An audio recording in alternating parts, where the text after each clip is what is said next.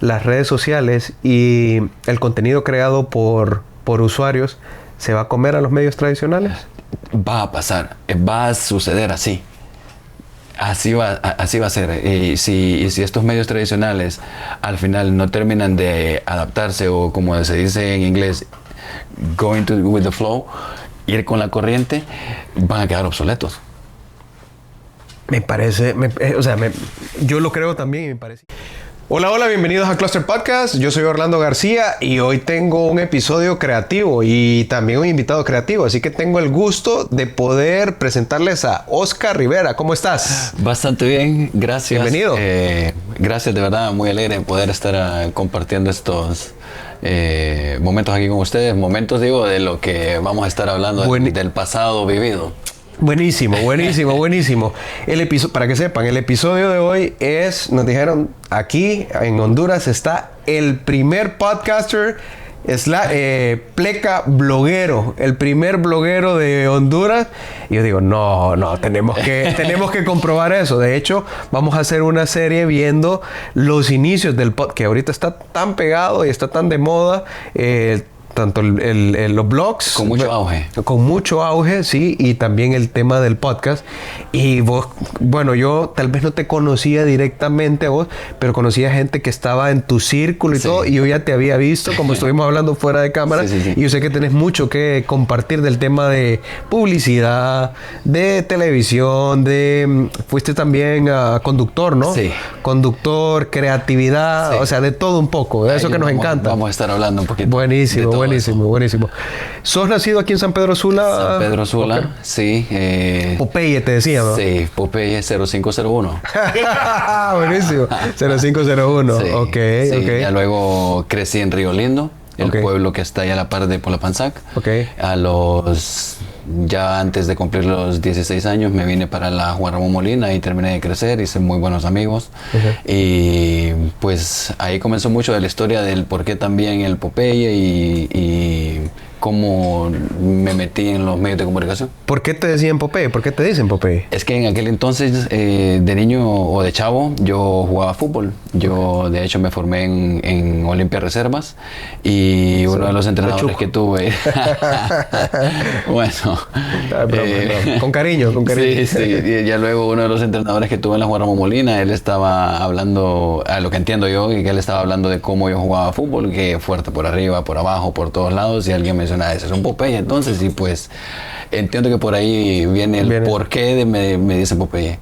Lindo el fútbol, ¿verdad? Es una cosa, un mundo muy apasionante. ¿Lo seguís todavía el fútbol estando allá en Estados Unidos? Bastante, siempre. ¿Pero fútbol de Honduras o fútbol europeo?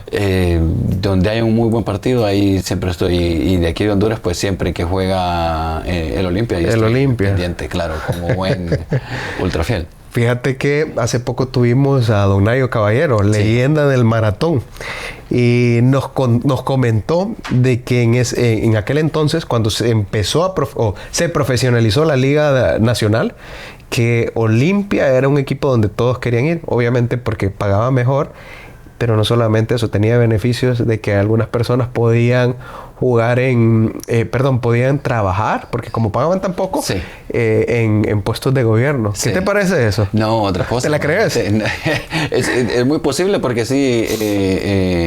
son parte de las historias, porque en Olimpia Reservas uno de los entrenadores míos fue contemporáneo de Don Nayo Caballero y son de las cosas que sí, que fue Monpaz, los que me entrenó. Muy posiblemente estuvo, correcto, uno de los que muy posiblemente estuvo ahí y nos contaba historias muy similares a eso. Similares. Sí. Y la MLS, cómo ha crecido, ¿no? Con la llegada de Messi y estas nuevas estrellas, Suárez. Sí, yo estuve allá también en el momento en que estuvo David Beckham. Eso fue un parteaguas también en la parte publicitaria del fútbol ahí en Estados Unidos. Y desde entonces ha sido una efervescencia enorme y mucho más ahora que, como dice usted, que ya llegó Leo Messi. Fíjese que si después del Mundial si pudiera invertir en algo, por ejemplo, si fueran como que cotizaran en bolsa estos equipos que realmente tienen un modelo muy diferente al fútbol europeo, latinoamericano, ellos tienen su estructura que al final es como más similar a las franquicias de la NBA, a ese tipo de fútbol americano, O sea, y de alguna manera creo que todos contribuyen para que llegue a una de las estrellas, a un equipo. Es mucho más complejo, pero bueno, lo que quiero decirles es que si se pudiera invertir, yo invertiría en una empresa, o sea, como acciones o algo relacionado al mundo del soccer en Estados Unidos, porque creo yo que ahorita con el mundial y ahorita con todo el tema de los medios y con el crecimiento del fútbol, porque ha crecido con la llegada de Messi, yo creo que va a reventar. Tengo esa expectativa, no sé si usted comparte lo mismo. Totalmente, yo escucho mucho audiolibros. Ajá, okay. y podcast, y uno de esos es llamado Red Card, que es de donde sacaron la serie FIFA Gate. Entonces ellos hablan y realmente muy posiblemente va a ser así. El futuro del fútbol está en Estados Unidos.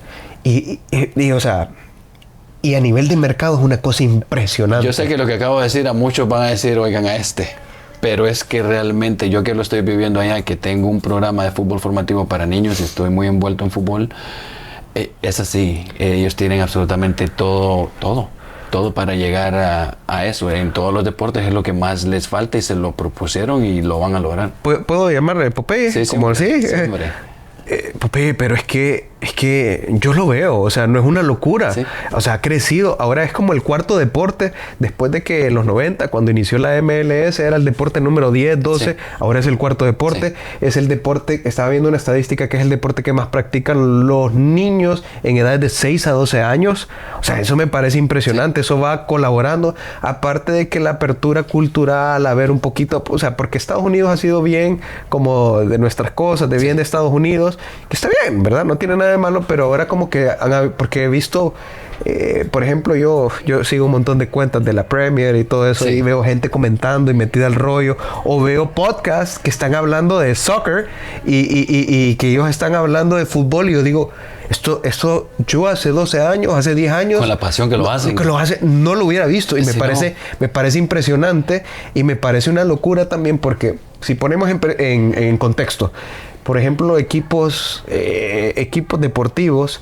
que tienen más dinero, que generan más. A mí me parece impresionante que son equipos de la NFL, que realmente los siguen más que todo gente de los Estados Unidos. Ahora, extrapolemos eso al fútbol, que tiene un fanbase mundial, sí. y extrapolemos lo que llegue al mercado de Estados Unidos. Va a ser una locura a nivel económico. Sí. ¿Cuándo íbamos a imaginar bueno, todo lo que acaba de decir usted es que es así, es impresionante el crecimiento del fútbol en Estados Unidos, no solamente de la MLS, sino el soccer como un todo. Sí. Que es una industria, a ellos les cayó el 20, la cantidad de dinero que mueve la industria del fútbol. Sí. Realmente. Sí, realmente. ¿Quién mejor que ellos para sacarle dinero a Pero todo? es que David Beckham ha sido clave en eso. Eso fue clave. Y la llegada de Messi, que yo no creo que Messi se vaya a mover de Estados Unidos aún retirándose, creo que son un engranaje clave que se está dando ahí. Sí. Así que no, súper. Yo tengo familia que hacen lo mismo que usted, son entrenadores de niños en Florida, y me hablan que es una efervescencia, una locura. Y especialmente en Florida, que sí. Hay mucho latino, ¿no? Sí. Pero es una locura. Sí. Lamentablemente, creo que la forma o la estructura formativa en Estados Unidos es muy costosa. No es como acá, por ejemplo, sí. De que aquí un jugador de barrio, un jugador de pueblo con dificultades, porque no digo que no tienen que hacer sacrificio, y lo sabe usted mejor que yo, que estuvo en ese mundo, pueden salir. Allá se necesita invertir plata, hay más inversión. Allá existe el sistema pagar por jugar.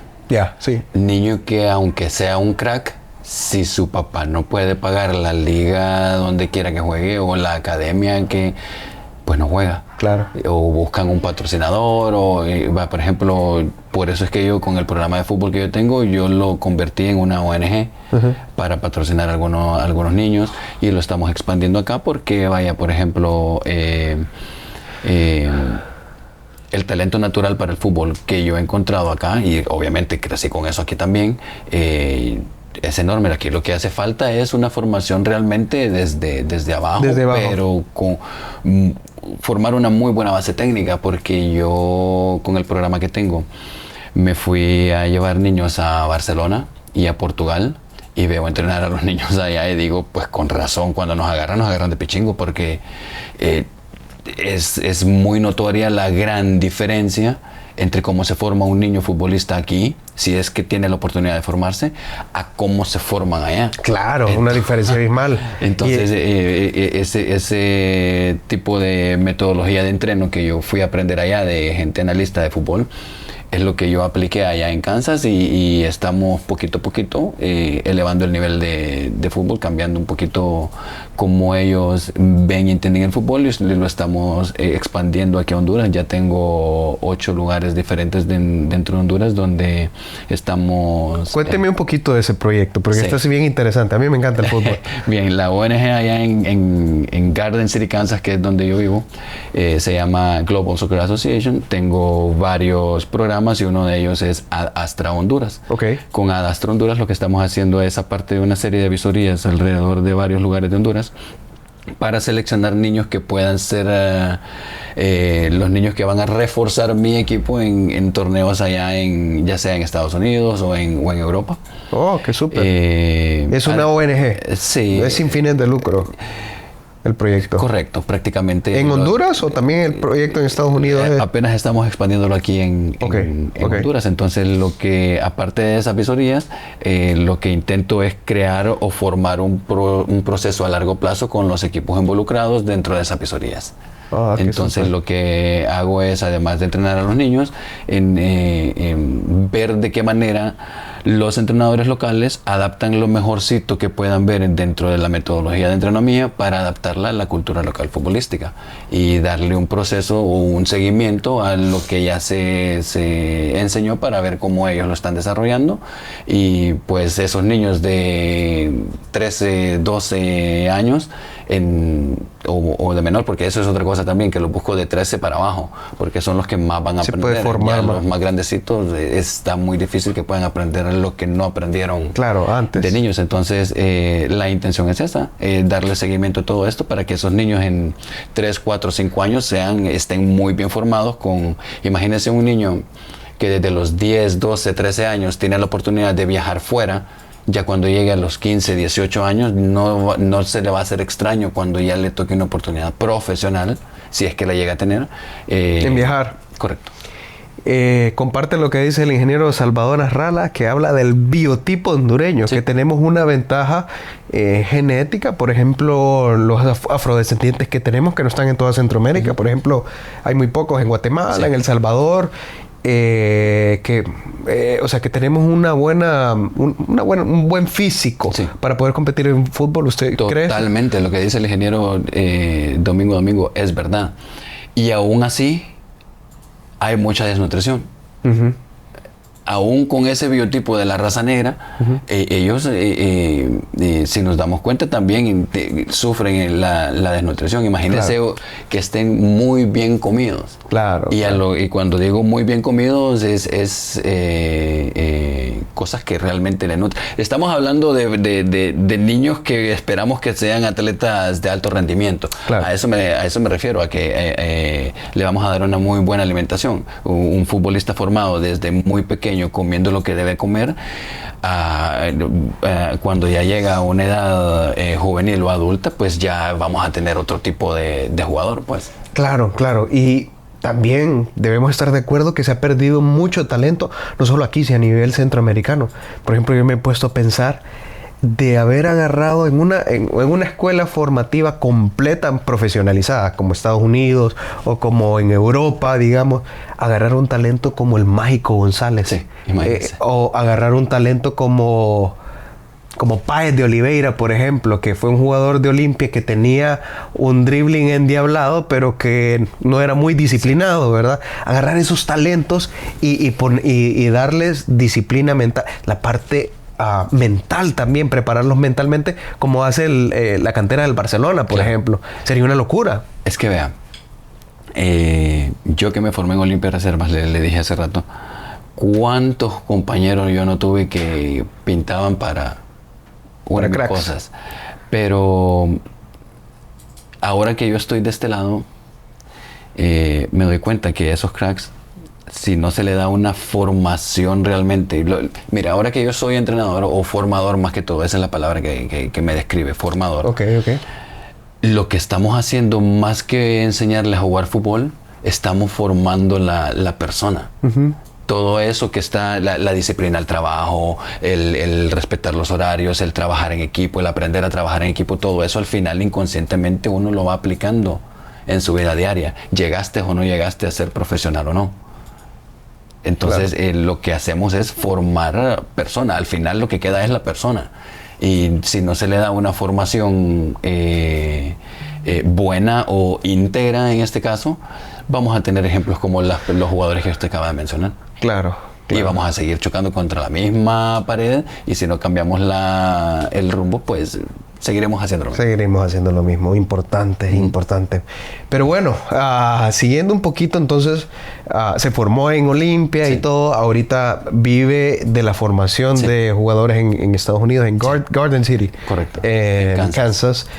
Pero bueno, también aquí en Honduras se desarrolló mucho como creativo, como publicista. Cuénteme un poquito de, tal vez un poco resumido, pero su vida aquí en Honduras, ¿verdad? Hasta llegar al punto de ser, o probablemente, y para muchos, el primer podcaster y el primer bloguero en Honduras. Probablemente.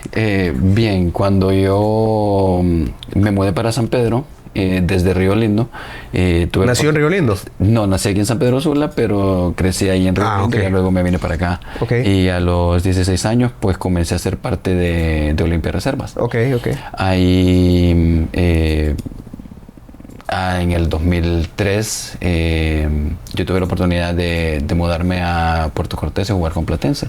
Después de ahí, yo en mi último año de colegio, conocí a alguien de Alemania y me fui para allá y comencé a jugar allá en Alemania. Para mí... ¿Qué edad tenía? 19. 19, muy joven. Sí, 19. Y me fui para allá, jugaba en quinta división en aquel entonces en Alemania. Y pues ese viaje a Alemania a mí me cambió totalmente el chip. Vamos a decirlo de esa manera, porque allá me di cuenta que nadie conocía Honduras. Me preguntaban, ¿y qué es Honduras? ¿Dónde está Honduras? En África, ¿verdad? Me decían, es una isla, ¿verdad? Me decían. Entonces dije yo, hey, tengo que hacer algo, porque yo soy un amante de este país, apasionadísimo. Estudié mucho la historia de Honduras, y me parece algo impresionante, como el resto de Latinoamérica.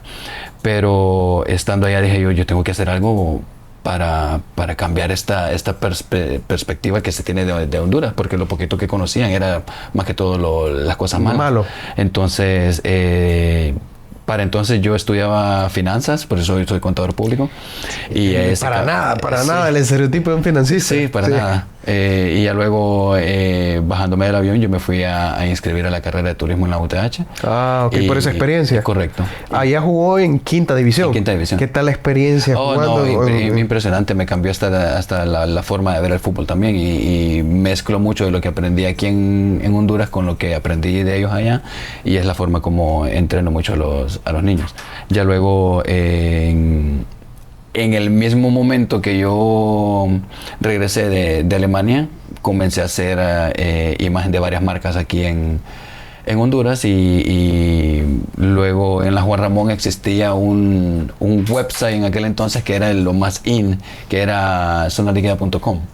Sí, hombre. Sí. 2003, 2004, 2000, hasta el 2000. En los 2000, en la primera década del 2000. Correcto. Entonces era un website en el que nosotros llegábamos a los bares y discotecas cuando habían discotecas y se podía salir solamente a bailar. Habían lugares solo para bailar en aquel entonces. Llegábamos, hacíamos las fotos o videos del ambiente. Entonces, en ese entonces...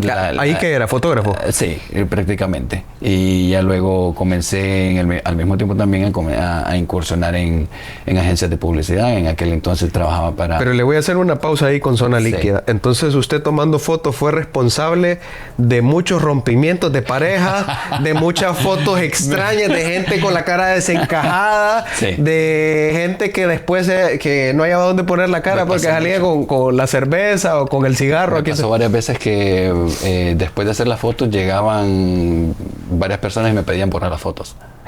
por favor borra la foto porque esa persona no es mi pareja, por ejemplo, me pasa mucho. Y ya luego alguien sí me... ¿Se puede saber algún nombre que se acuerde? No se puede.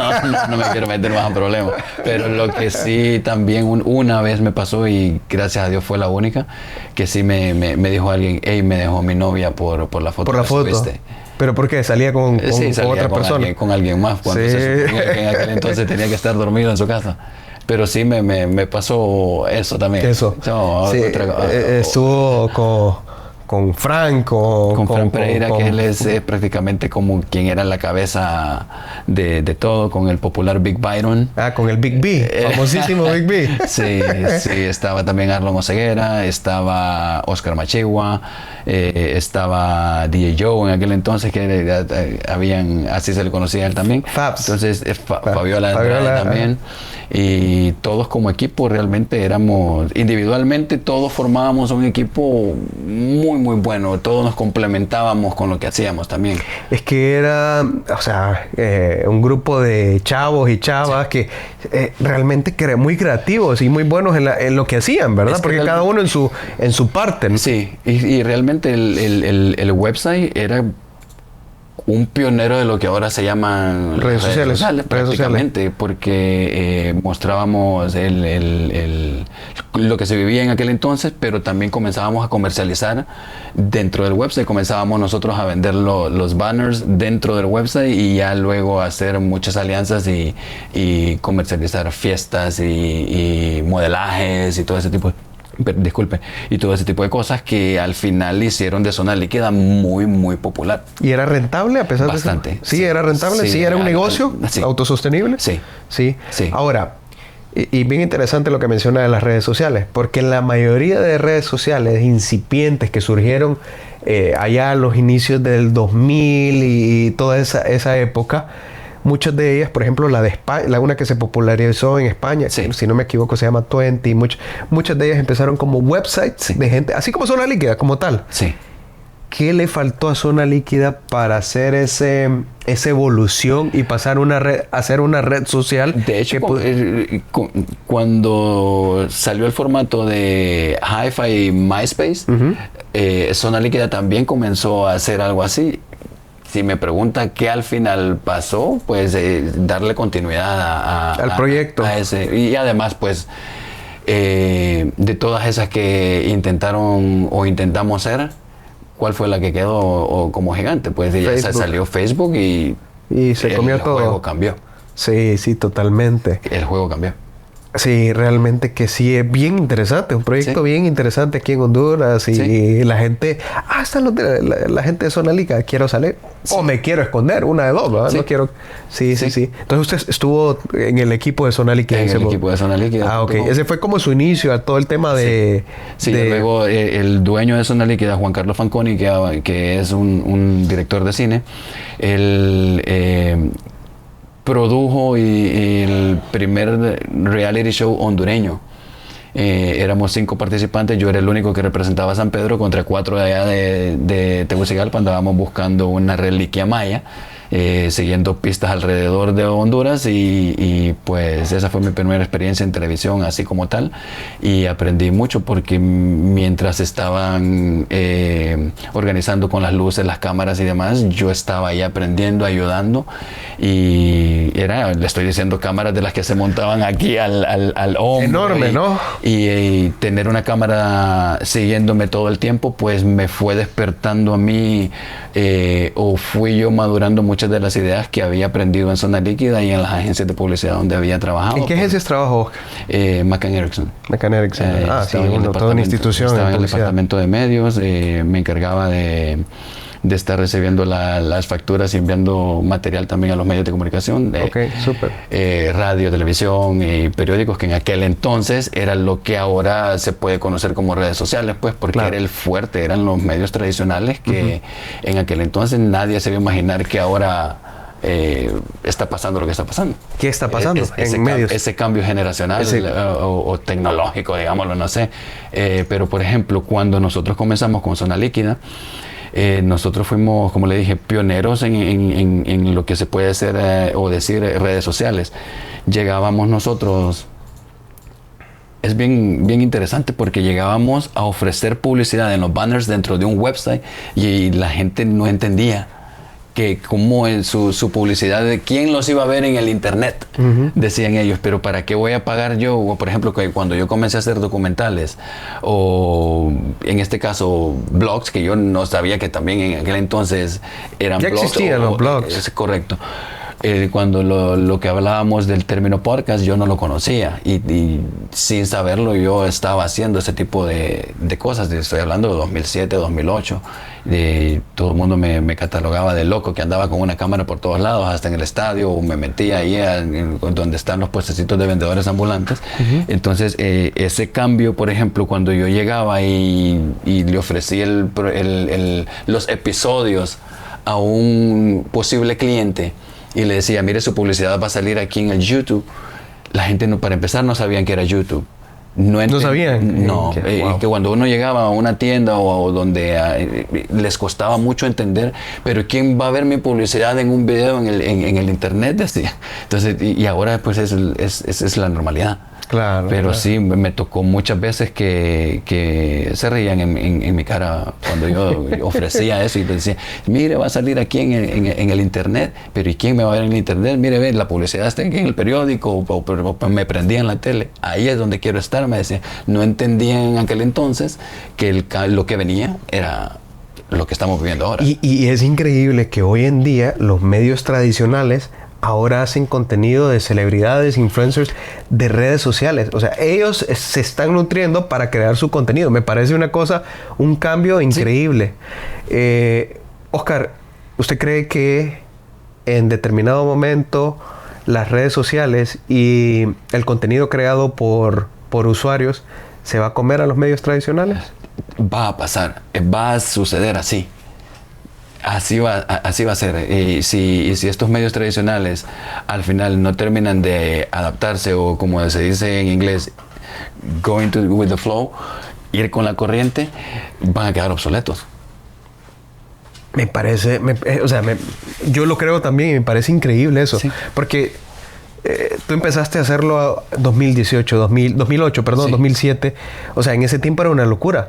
Ahora lo estamos viendo, ya está pasando. Es que así me decían, vos, chale, loco, que andas ahí con esa cámara. Y es verdad. Yo tengo videos desde aquel entonces, comentarios en ellos que me decía alguien, ya quítale la cámara, Popeye. Y ahora es lo más normal. Es lo más normal. Y en todas partes de la vida de las personas. En un gimnasio, la gente filmándose ahora. Deme permiso que estoy filmando. Sí. En un gimnasio, cuando están de viaje con la familia, o gente que está documentando su historia personal, sí. Por ejemplo, como padres, o la vida de pareja. A mí me parece impresionante.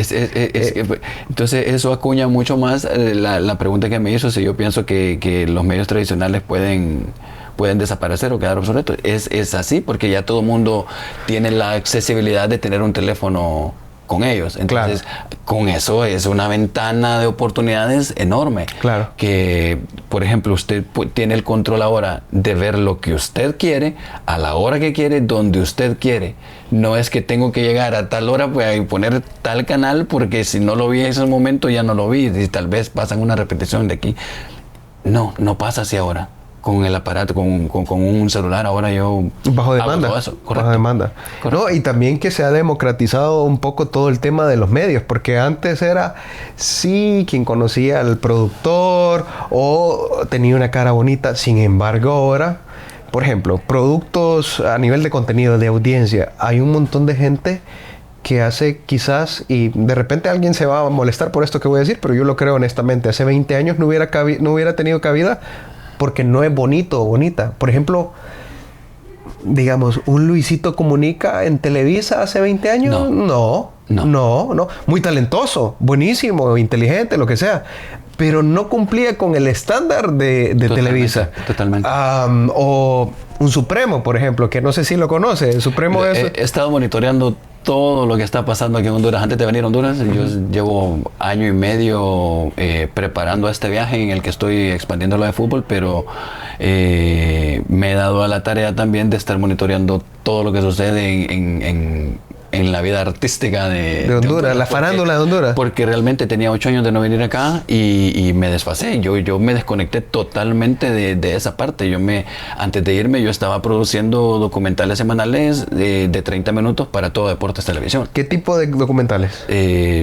Historia de jugadores hondureños. Ok, historia de jugadores hondureños. Pero y fútbol y todo eso. Yo sé que usted... de hecho, disculpe. Sí.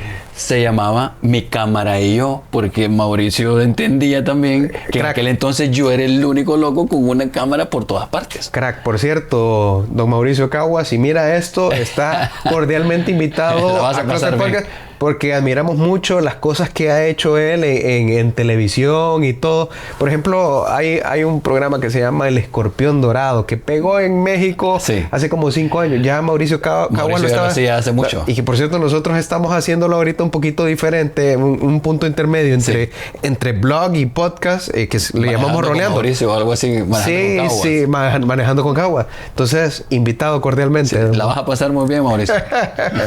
Sí. Entonces, o sea, cosas interesantes. Y volviendo al tema un poquito de la democratización del tema de los medios y contenido creado por usuarios, ¿no le parece que también eso tiene algunas cosas negativas? Digo, por el hecho que ahora hay contenido que yo moralmente, o contenido que a nivel de no sé si de moralidad, pero contenido que puede ser un poco tóxico, esa es la palabra, un poco tóxico, que no tiene el filtro que lo podría tener la televisión. ¿Cree usted eso? Sí, totalmente, porque vea, en aquel entonces en un medio de comunicación como la televisión hay un productor. Ajá. Que por ejemplo, muchos de nosotros llegamos a estar ahí, pero por el talento que teníamos, sí se daba mucho también, es que es bonita. Y tal vez muchos estuvieron ahí por bonitos y bonitas. Pero a la gran mayoría de nosotros estábamos ahí porque hacíamos algo y lo hacíamos bien. Entonces, cuando, por ejemplo, a mí me tocó estar en los reality shows que estuve, una guía muy grande que yo tuve fue Nelji Larice. Ah, sí. Bueno. Que, por cierto, saludos, hermano. Nelji fue la persona que a mí me dijo, vos querés crecer en esto, hace esto, no hagas esto.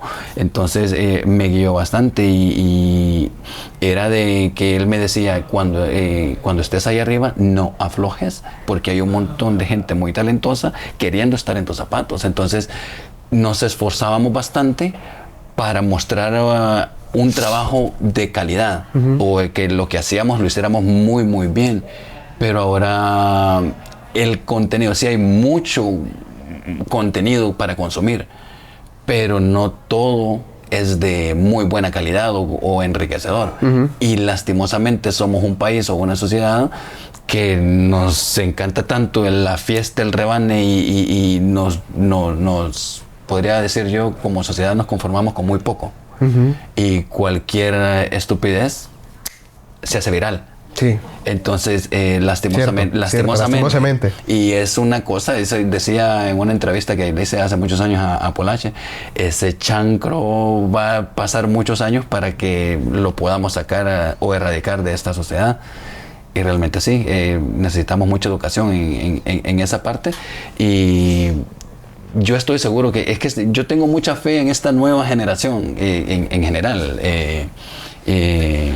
Estoy seguro que ellos, con toda la capacidad que tienen para estar a tener toda la información que tienen, ellos pueden comenzar a generar algo, lo que pasa, algo de calidad o algo muy, muy bueno. Lo que pasa es eso, pues nos conformamos con muy poco y lastimosamente es eso. Pero en aquel entonces pasaba eso, había un productor que te decía las reglas y demás, y nosotros nos esforzábamos para mostrar algo de muy buena calidad. Fíjese que yo eso pienso, bueno, yo recientemente es que estoy haciendo este tema de podcast y todo, no he sido una persona que ha estado en el mundo de los medios como tal, pero como usuario, quizás como ya treintón, veo como un poco de preocupación el rumbo ético y el rumbo que el contenido o la tendencia de contenido que está tomando, porque sea como sea, es mucho más fácil que alguien venga y se desnude o diga una tremenda estupidez y diga un montón de sarta de vulgaridades y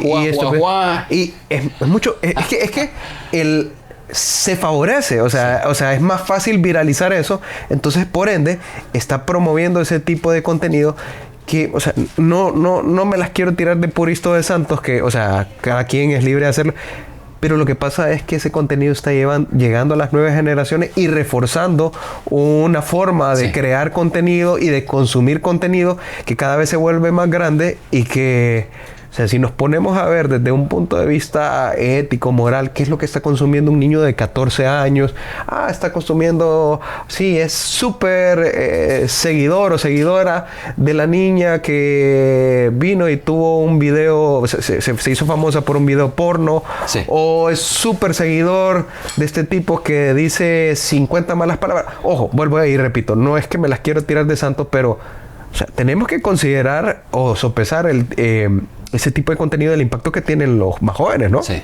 ¿Sí? Es que realmente es así como usted está diciendo. Vaya, por ejemplo, le explicaba, nosotros nos esforzábamos por mostrar algo de calidad y si íbamos a estar ahí, la gran mayoría era porque teníamos un talento y lo hacíamos muy bien. Ahora pues la cosa, ha cambiado. El juego cambió.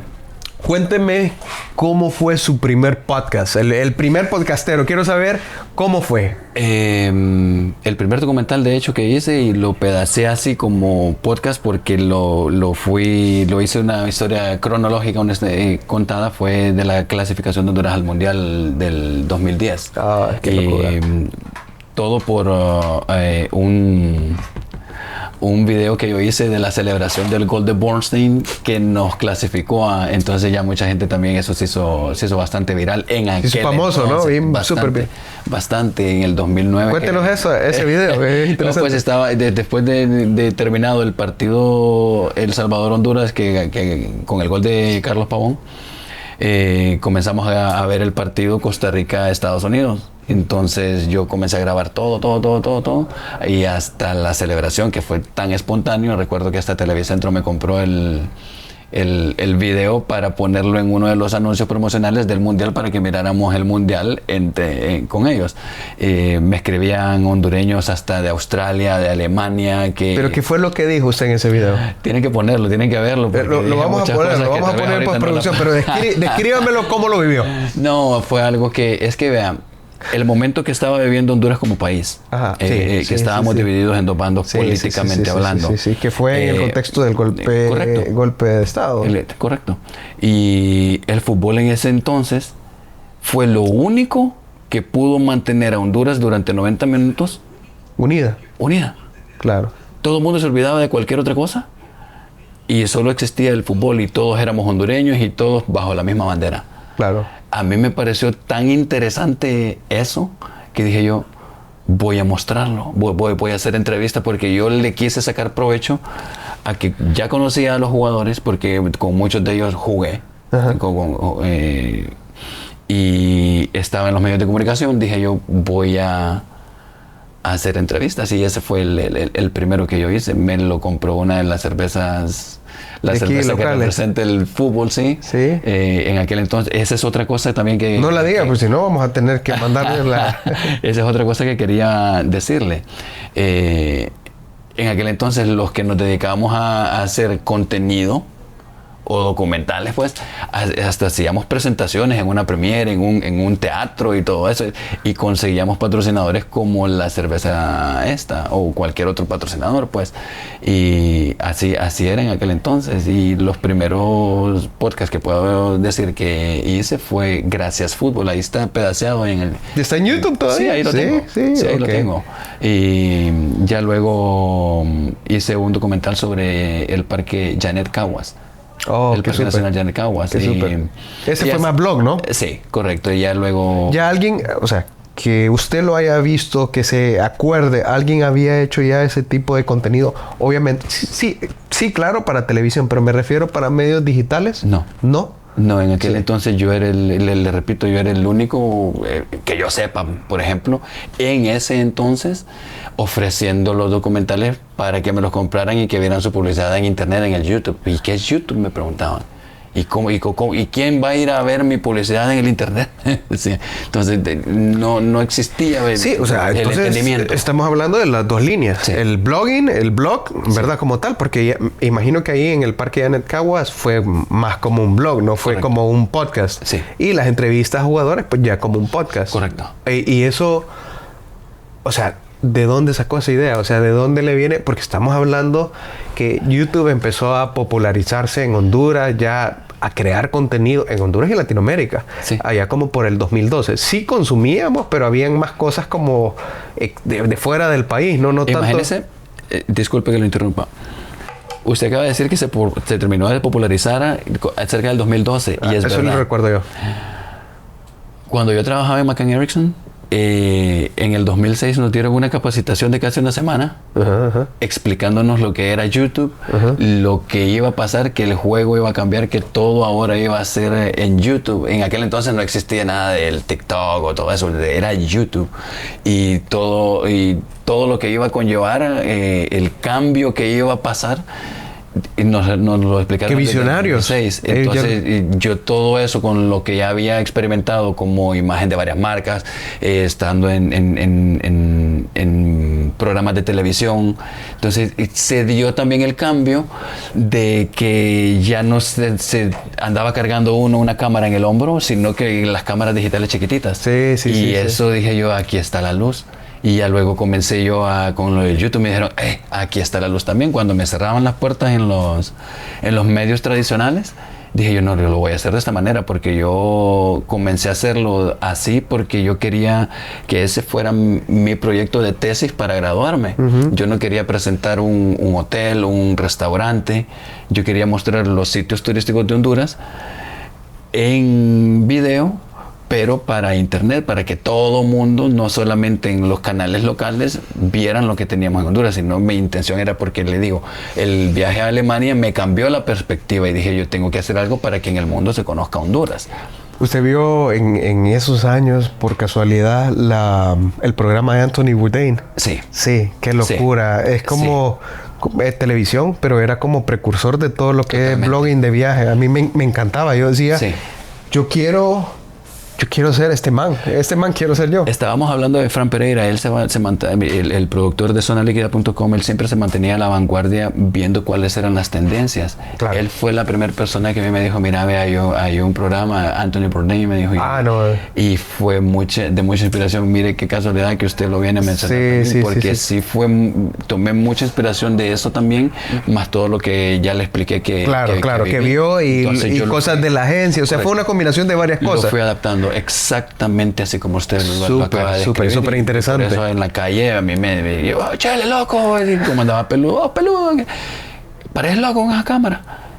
Pero no, entiendo que en aquel entonces, no era común. Valga la redundancia, no se entendía nada de eso, no era común como no era común. Aún así, hoy en día te quedan viendo raro. Te queda viendo raro a la gente. ¿Qué onda? ¿Qué estás haciendo? Por ejemplo, yo en particularmente creo que no me sentiría bien o no me sentiría cómodo con un blogging, tal vez grabándome yo solo públicamente por un tema de mi personalidad, pero es más común. O sea, trato de imaginarme lo que usted vivía en el 2008, grabándose en el estadio con una camarota, pero no le importaba. No, de hecho, cuando ya comencé a publicar el video de la celebración mía de la clasificación al Mundial, eso fue lo que ya la gente comenzó a conocerme mucho más. Entonces me miraban en el estadio y hasta, ¡hey! Y le hacían así. Y ya le digo, en el 2011 yo me desconecté absolutamente de todo eso, pero antes del 2007 yo ya andaba ahí con las cámaras grabándome a mí solo o grabando lo que pasaba en las calles de San Pedro o donde yo fuera. Tengo dos preguntas de ese tiempo. La primera, no le daba miedo porque Honduras ha sido un país, San Pedro Sula fue en un tiempo la ciudad más peligrosa, ¿no? Grabarse con esas cámaras tan caras en lugares como públicos y en lugares a veces peligrosos, en mercados. Es que vea, cuando usted salía, cuando era un canal, por ejemplo, cuando hablé de las cámaras esas eran más que todos los canales. Okay. Cuando yo comencé a hacerlo es cuando se dio la transición a las cámaras digitales. Chiquititas. Pero aún así, una cámara digital cara. Sí. en aquel entonces eran bastante caras e innovadoras. Entonces sí estaba el riesgo de que podría pasar eso que usted está diciendo, pero si yo me enfocaba en que podría pasar eso, no iba a disfrutar, porque eso sí es otra cosa que pasaba. Cada vez que yo salía con mi cámara, yo lo disfrutaba al máximo. Y volviendo a la persona que acabo de mencionar hace rato, Nelji Larice. Nelji Larice fue el que me dijo, mira, porque él hacía eso que usted está diciendo con la camarota. Él sí salía en Tegucigalpa a las calles a hacer ese tipo de cosas, y a hacer sketches. Sí, es cierto. Entonces él me decía, si vos vas a hacer algo, que no te importe lo que diga la gente, vos enfocate y disfrutar lo que vas a estar haciendo, que digan lo que digan. Y realmente me gritaban de todo en la calle, pero yo seguía grabando. Y sí, en un principio existía ese cierto temor a correr el riesgo de que podría pasar eso, pero me enfoqué más en disfrutar lo que estaba haciendo, a darle cabida al temor de que me puedan robar la cámara. Pero nunca te pasó. Gracias a Dios, no. No, qué bueno. Gracias a Dios, qué bueno, qué bueno. Y bueno, la otra pregunta, todo esto se da en el contexto que estuvo en McCann Erickson, en esta agencia de publicidad, coincidió con Paul H. Sí. ¿Sí? Paul Hughes se llama, ¿verdad? Paul Robert Hughes. Es cierto que el nombre es porque como Hughes es difícil de pronunciar, empieza con H en inglés, entonces la gente no lo podía decir, entonces Paul H. No voy a decir el canal, pero fue en una entrevista en vivo que le hicieron en un programa. Uno de los presentadores dijo, es que Hughes le puede resultar muy difícil a la gente por la pronunciación, como dice usted. ¿Qué tal si lo dejamos en Paul H? Y Paul H. ¿Se dio de manera natural? Sí. Y mire, ahora todo el mundo sabe quién es Paul H aquí. Paul H era uno de los diseñadores en McCann Erickson. Y resulta que nosotros siempre teníamos alrededor de unas 2 horas para ir al almuerzo. Pues comíamos y él luego de comer en los pasillos ahí se ponía a cantar las canciones que ahora todo el mundo conoce. O sea, que él ya las había creado. Sí, claro. No fueron creadas, o sea... No, tal vez en un inicio con la versión más original, ya luego le hicieron los arreglos cuando fue con Palma, pero son las mismas canciones. Bueno, Paul H, otro innovador, porque, bueno, sí había gente antes como Guillermo Anderson, como Moisés Canel, pero ese estilo de Paul H, yo no lo recuerdo. O sea, yo no recuerdo a alguien que en ese momento gente dijo, este maje está cantando, voy a decir tonteras, por no decir otra palabra, pero mucha gente lo dijo, pero eso conectó con la gente. Yo no lo veo malo, porque él empezó a hablar, o sea, a promocionar la manera que el hondureño hablaba con caliche y la forma... La canción habla español, habla español. Eso... Démonos cuenta, al hondureño le gusta lo auténtico de aquí, y ese fue el toque que a él con la canción Mira Honduras, eso fue lo que a él lo mandó para arriba. Y es admirable porque... En un momento, disculpe, que Honduras realmente necesitaba eso. Sí.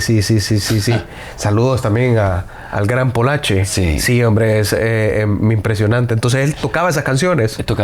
Que esta va a ser la primera vez que lo voy a decir así públicamente. Y con él somos tan muy buenos amigos que una vez yo estaba en una necesidad de dinero porque yo organizaba también eventos. Yo hacía conciertos y ese tipo de cosas, o torneos de fútbol también. Entonces yo le dije, mira, a mí me está pasando esto. Dame la oportunidad de presentarte aquí en la terraza de Villanueva y en algún momento yo te voy a devolver el favor. No, fue a cantar, llenó ahí y me dice, agárrate la taquilla, Popeye, no hay problema. Me dice yo, sos alero mío. Entonces, Paul, por eso gracias, porque es de ese tipo de amigos. Bueno, en aquel entonces yo estoy seguro pues que sigue siendo el mismo tipo de persona, y son de esas amistades que uno valora y aprecia para toda la vida. Qué súper, qué buena historia, qué buena anécdota. Eso sí lo recuerdo. O sea, realmente él es así, entonces una persona sencilla. Sí, así. Por las buenas es muy bueno, por las malas es bien encachimbado. Como todo hondureño. Sí, ese chele cuando le sale el indio. Sí. ¿Y usted cómo es? ¿También chele encachimbado? ¿Es que se pone rojo como tomate? A lo mejor sí, lo que pasa es que cuando uno está en eso, pues puede resaltarse más ahora que soy formador de niños, entrenador ahí de niños, Sí. pero sí puedo llegar a un extremo muy diferente al otro extremo de lo que estoy mostrando ahorita. Claro, como cualquier persona, pues si hay un motivo, desde luego me voy a enojar bastante. Ah, ok, Sí, ok. pero ahora que después de tantas situaciones y circunstancias, ya me preocupo mucho en no llegar a esos extremos. Ya. De verdad. Ya, buenísimo. Sí. Popeye, ¿qué le depara al fútbol hondureño? Si no nos preparamos y no formamos realmente o se trabaja a largo plazo, vamos a seguir chocando contra la misma pared y ver a países como Nicaragua avanzar así como lo están haciendo. ¿Qué le depara a todo? Porque ahora han surgido muchos podcasts. ¿Qué le deparan según su punto de vista a todo el mundo de los podcasts y el mundo de blogging y todo este contenido creado por nuevas generaciones, ¿no? Que no han estado en televisión y... Pues lo que les depara es más crecimiento. Si saben hacerlo y siguen a la vanguardia con las tendencias que vienen, es puro crecimiento, realmente, porque esto no va a parar ahorita no para. Lo que sí va a quedar obsoleto es quien no se adapte a este cambio. ¿Qué le depara a los medios tradicionales, como por ejemplo Televicentro, la prensa, desde tu punto de vista?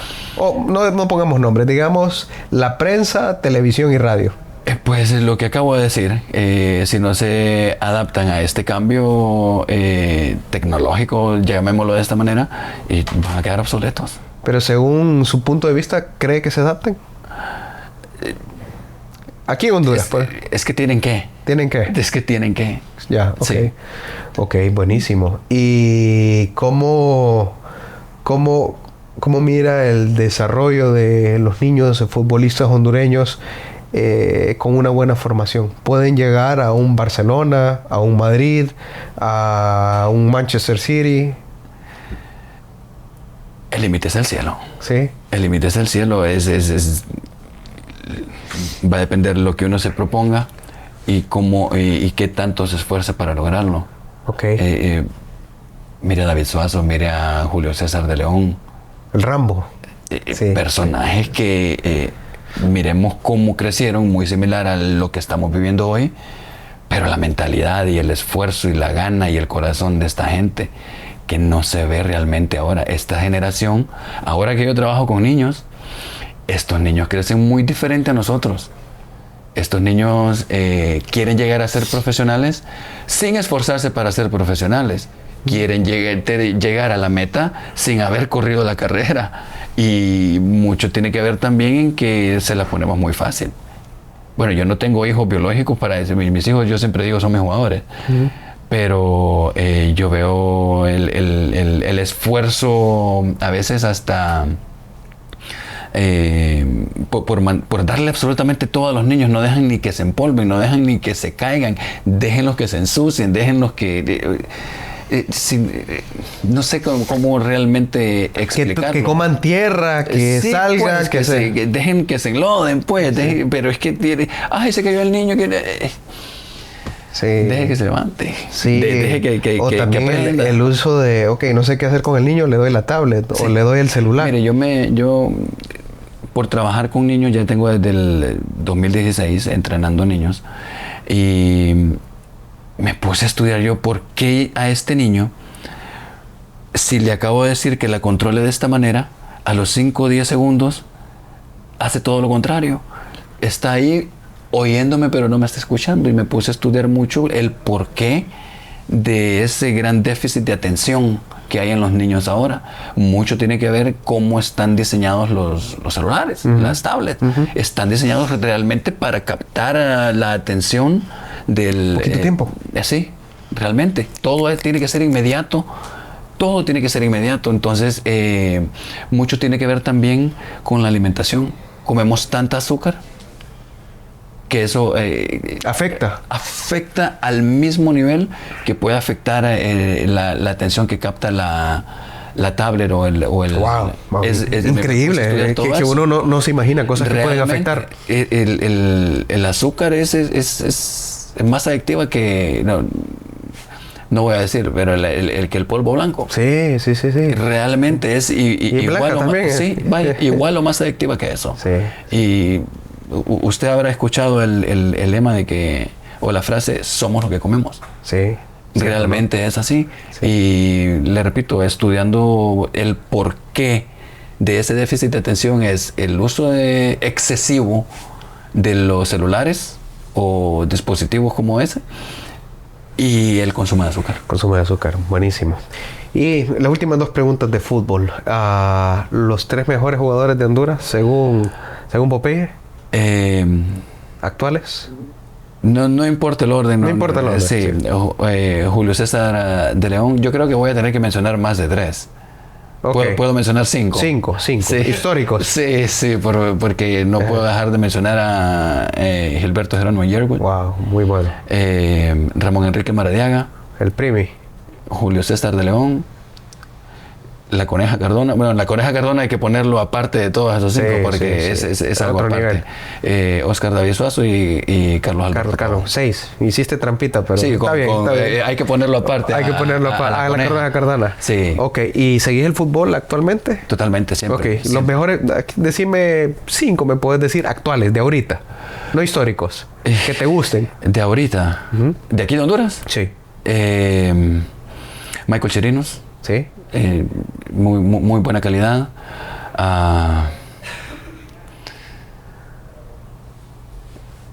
Mira ¿Te quedaste frisado? Sí, no hay tanta calidad. Es que si tal vez estoy cometiendo el error de compararlos con los que ya te mencioné. gusten, no digamos que son históricos o qué. Solo Michael Chirinos. Luis Palma. El arquero Mengíbar. Muy buena personalidad. Realmente hace mucho no miraba un portero hondureño con esa personalidad. Mire, recordemos lo que hizo allá en Seattle, el look at me. Eso es tener los más grandes que las pelotas con las que juegan. Sí. Y pucha, porque todavía está en activo Carlo Costly. Carlo Costly, muy bien. 4, solo llegaste 4, pero te lo voy a dejar así. Es que mira, estamos tan escasos de la calidad a la que lograron todos estos, pues. Entonces también yo me lo tomé como un reto personal. Venir a Honduras y tratar de adaptar esa metodología de entreno y de formación a largo plazo de los niños, porque estoy más que convencido que solo así vamos a lograr un cambio positivo en la nueva generación de futbolistas que vienen para Honduras. Buenísimo. Y te voy a poner, vamos a hacer una pequeña dinámica. Te voy a poner como 2 jugadores y vos me decís a cuál preferís. Ok, bien. Ya internacionales. Bien. Lamine Yamal o Vinicius Junior. Yamal. Koundé o Carvajal. Carvajal. Ok. Mendy o Valde. El francés. Mendy es francés, sí. El del Madrid. Mendy. Ok. Courtois o Ter Stegen. El Dibu. Otro que tiene como King Kong. Sí. Ok. Vamos a ver, delanteros. Hablemos de...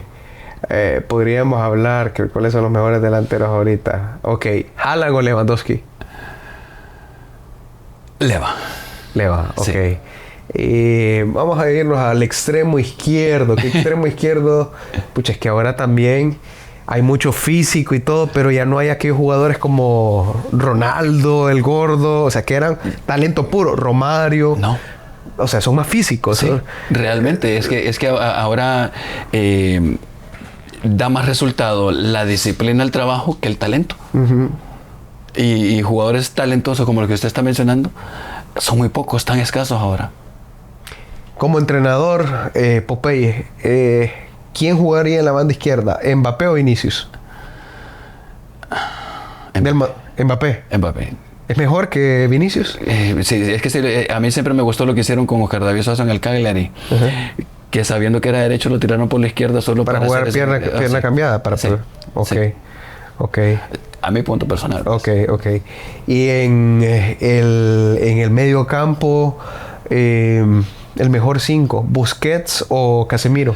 Busquets. Busquets. Busquets, sí. Sí, una locura Busquets, sí, ¿no? Sí, Se van a enojar los madridistas, pero... Sí, es que yo ahora que estoy en esta parte aprendí tanto a valorar el buen fútbol, que es que es un señor del fútbol. Es un señor del fútbol. Sergio Busquets. Sí, era increíble. Sí.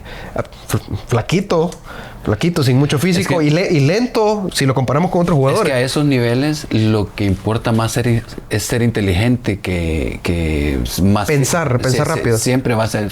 Siempre él ya tenía 2-3 jugadas en mente antes de que le llegara el balón.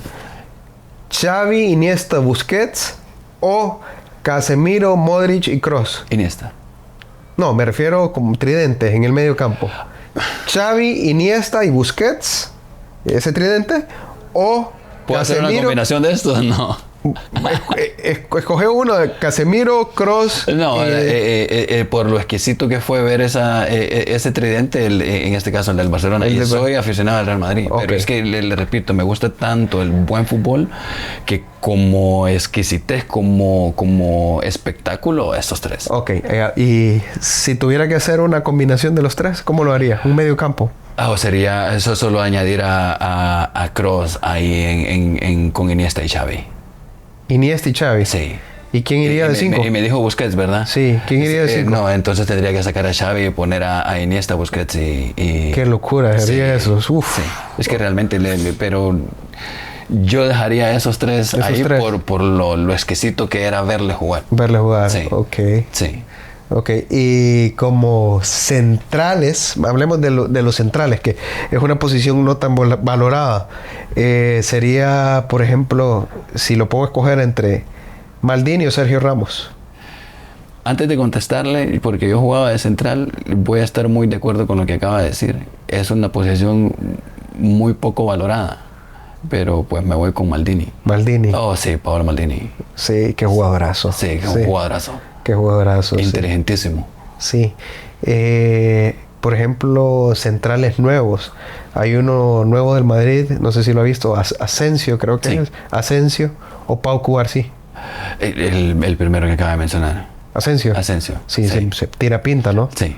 Y también ese Pau Cubarsí se mira muy bueno. Tiene... Sí. Es que vean, ya que yo que estaba hablando usted de estos dos equipos españoles, yo me fui a aprender análisis de fútbol ahí a Barcelona. Y ver jugar o entrenar a los niños allá, pues, por eso es que a tan corta edad usted mira a esos monstruos de jugadores. Mire el muchachito central ahorita del Barcelona o los jóvenes también que salen en cualquier equipo allá en España. Es una locura. Son monstruos. Es una locura, pero es cómo los forman realmente. Lo forman. Y llega una edad, por ejemplo, yo que estoy expandiendo el programa aquí en Honduras, me he puesto a trabajar con niños de entre 8 a 10 años. A esas edades estamos casi al mismo nivel de ellos allá. La forma cambia cuando ya comienzan a crecer. No es la misma formación que se le da aquí a la formación que se le va a dar allá en España. Entonces ahí es donde radica realmente. Entre 8 a 10 años estamos casi iguales. La cosa es cuando ya se comienza a desarrollar de niño a joven. Ahí está el gran problema, que no hay una formación íntegra, no solamente dentro del campo, pues, y eso cambia bastante. Ok. Podcast ahorita visto, cambiando un poquito el tema y viendo todo el tema de los medios acá. Sí. ¿Sí? Tal vez no todos, pero sí. Por ejemplo, si yo le pregunto que me escoja uno entre Los Hijos de Morazán, Punto Joven, Club de Perros o Gazú, de esos 4. De escoger. Sí. Es que a la mayoría de todos ellos los conozco. No, pero no es que los conoce o que le caigan bien. Si tiene que escoger uno a nivel de calidad de podcast. Club de Perros, Gazú, Los Hijos de Morazán. ¿Y qué otro dije? Punto Joven. Tal vez por el éxito que han tenido Los Hijos de Morazán, pero acaba de mencionar algo usted, por el nivel de calidad, creo que a este momento, a este día, en finales de diciembre del 2024, están casi al mismo nivel. Se han esforzado tanto los otros en alcanzar el mismo nivel de calidad, que lo están haciendo tan bien que están logrando eso. Ok, y blogueros, hablemos de blogueros para cerrar, porque también usted primero precursor del blogging.